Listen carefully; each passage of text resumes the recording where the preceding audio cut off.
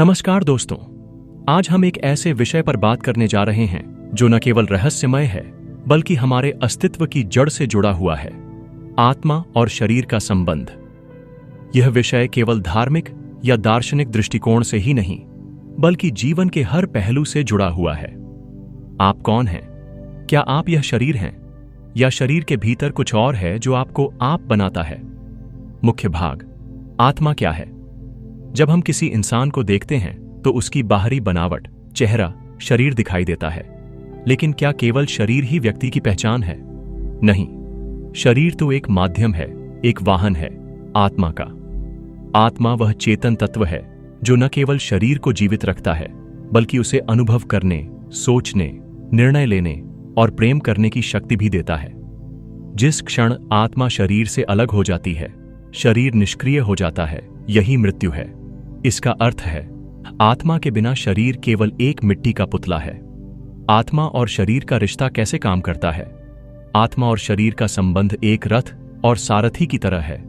शरीर रथ है, इंद्रियां इसके घोड़े हैं और आत्मा उसका सारथी। यदि आत्मा सजग है, जागरूक है, तो यह शरीर को सही दिशा में ले जाती है। लेकिन अगर आत्मा इंद्रियों के वश में हो जाए तो शरीर भटकने लगता है। हमारा मन, हमारी बुद्धि, ये आत्मा और शरीर के बीच सेतु का कार्य करते हैं। आत्मा अनुभव करती है और मन के द्वारा सोचती है, बुद्धि के द्वारा निर्णय करती है और शरीर उसके अनुसार क्रिया करता है।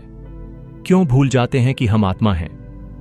आधुनिक जीवन की आपाधापी में हम इतने अधिक शरीर से जुड़ गए हैं कि हमें लगता है मैं यह शरीर हूं।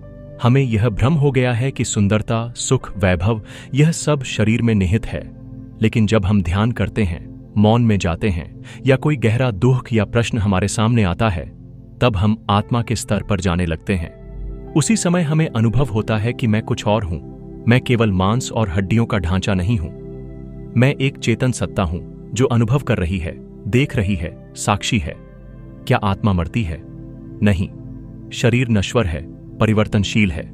यह जन्म लेता है, बड़ा होता है और एक दिन मिट्टी में मिल जाता है। लेकिन आत्मा अजर, अमर और अविनाशी है।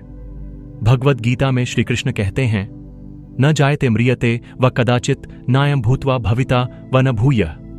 अर्थात आत्मा न कभी जन्म लेती है, न कभी मरती है। वह सदा से है और सदा रहेगी। आत्मा और शरीर के इस संबंध को समझना क्यों जरूरी है?